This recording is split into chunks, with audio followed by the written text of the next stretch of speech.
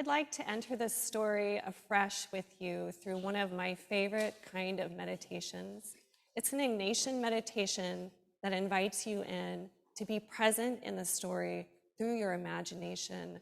All the details become tactile. You can smell what Jesus and his disciples smelled, and taste and see and hear what they heard. So I invite you to put both feet on the ground if you would like to close your eyes, to become aware of the sounds around you. Just take a deep breath and invite God's Spirit to enter with us into this story this morning. You are standing on the deck of a small boat. You hear the lap of waves against the boat and the cry of gulls overhead. Near you, Jesus and your friends stand, shoulder to shoulder, squinting out into the sun. Land draws nearer. You can see a muddy hillside, and beyond that, up on the hill, what is that? A graveyard? It is an unclean place, so you are confused when Jesus orders the boat to draw nearer, and then the stench hits you. Pigs. As Jesus's disciples and Jewish people, we consider pigs the most unclean animal, and no wonder. You can hear them snorting, see them spread out across the bluff in foul, dense mud. Even the seawater lapping at the side of the boat is mixed with their excrement. One of your friends elbows you in the ribs. Tell him we should leave. But Jesus steps out of the boat and beckons for you to follow. Your sandals sink into the stinking mud. Pigs bump and jolt against your legs. You feel disgust, panic even. This is not a place you should be. But what you hear next is even worse than the stench of pigs. Hairs rise on the back of your neck. An eerie, half-animal wail comes down across the bluff, across the wilderness of pigs and excrement, and you can see a hollow, naked man appearing from the cold stones of the tombs, bleeding from self-inflicted wounds, snarling like an animal. He moves toward Jesus. A few of your friends put out their arms to protect Jesus from this man, but Jesus moves away from them and instead walks closer to meet the skeletal figure. The man spits out curses. His eyes, when he meets Jesus's, are wild, frightened, and bold. Jesus looks at him and says, "What is your name?" The man screams back, almost unintelligibly, and terror floods through your body. You look back at the boat, then forward to Jesus. You call him, "Jesus," and he turns. His eyes meet yours for a moment. He waits for your question. With gratitude to the Spirit for this holy story, I invite you to rejoin me here.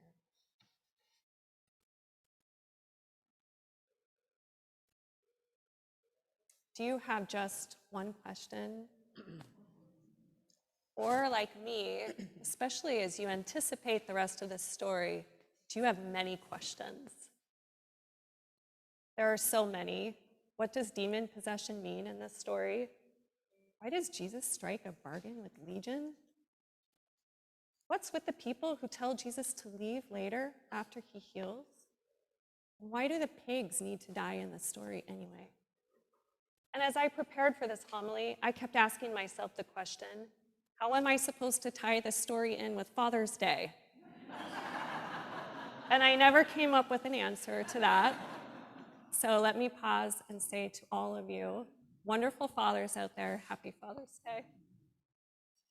But even after all those questions and several false starts to writing this homily, I realized that when I entered the story through meditation, and therefore through my heart instead of my head, what I was most interested in is the question Jesus asks in this story. because that is the key to another driving question that interests me in this story and in Jesus's ministry in general. And that is, how do we join with suffering people? Because the world is full of suffering people, and I am occasionally one of them, and chances are you are too. What suffering do you bring to the graveyard this morning? Maybe you see someone you dearly love on that hillside coming towards you, and your heart is breaking because you would do anything to heal them. I know because I've been there, and I'm there today. Or maybe you're with the man possessed by what his friends would call demons, forces out of his control. And maybe, like me, you are waiting to see what Jesus will do about all of it. Jesus shows me in this story how to step into another suffering. And it's not through knowing the right answers, but learning how to ask better and better questions. Because asking questions leads to listening. In the book Transforming Suffering, which is a collection of wisdom from world faith leaders, Judith Simmer Brown describes the importance of listening as a path into another suffering. Listening with care and affection, she writes, is a kind of love that is not a magic wand, but a deep caring that is, in the long run, profoundly healing. Our culture loves magic wands. Just Google anything and the answer is there. No need to dwell in the darkness when a brief internet search can illuminate your way. Here are some top Google searches that I find when I type, how do I overcome anxiety? How do I get a passport? How do I play Wordle? How do I live without you? How do I get home? I even found a short answer to the question, what is the meaning of life? So if you've been wondering, just type it into your search. Look, I want solutions to all those questions too, and I regularly seek the help of professionals and mentors to find them. But in my experience, when my world falls apart, the last thing I need is a lot of well-meaning people or the internet or, God forbid, social media giving me solutions.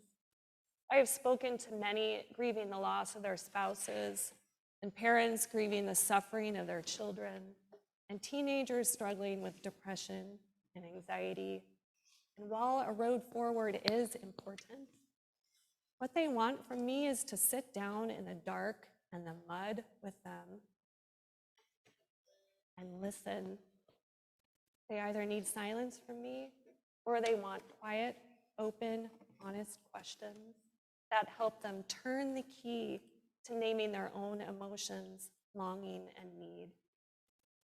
Jesus models this for us over and over again in the way he meets sick and suffering people. What can I do for you? He asks people seeking healing. And even, do you want to be healed? The answers seem obvious to us and likely seem obvious to his disciples. But Jesus will not be rushed. In the Gospels, Jesus asks 307 questions. Question asking makes up a full 10% of his ministry. He only answers 5 questions directly, making him more than 60 times more likely to ask a question than to give a direct answer. I have a man named J.R. Briggs to thank for those statistics. Jesus was an extremely intentional question asker. Questions arrest us, create within us silence from which we may listen to God and to our own souls. They call us more deeply into compassion and wondering. Questions open space inside us and between us. They show respect to the other person and a posture to learn. They invite us into profound relationship. The German writer Rilke has a lot to say about questions. Love the questions themselves, he famously advises an anxious young poet. Love them like locked rooms, like books written in a foreign tongue. In one of my favorite of his poems, he asked God to flare up like a flame and make big shadows that I can move around in. The big shadows remind me of the huge baobab trees in Kenya, beneath which the elders of the village would traditionally sit, waiting to converse slowly and graciously with the younger members. The big shadows are the places for questions, for listening, and for relationship. Good questions call us into these places of shade. Jesus, who knew all about what it is to be human, calls to our humanity through them. Personhood calling to personhood, or as our psalm today says, deep calling to deep.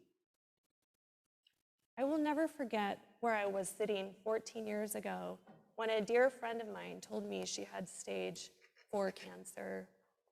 She was a mother of 3 like me, and the news of her illness blindsided all of us. We were sitting on the front porch of my house in Pennsylvania on the porch swing. I remember the clinking of the chain and the creaking of the swing. I looked at her, and the only thing I could think of to say was, "Are you scared?" And she said yes. Even today, I have so many questions about the suffering of my friend. There was nothing to do but live through the questions together in community with one another, and she taught me a lot about what faith looks like and who God is. And she trusted me to love her beautiful daughter, whom I still love today, who brings me great joy. But my questions continue.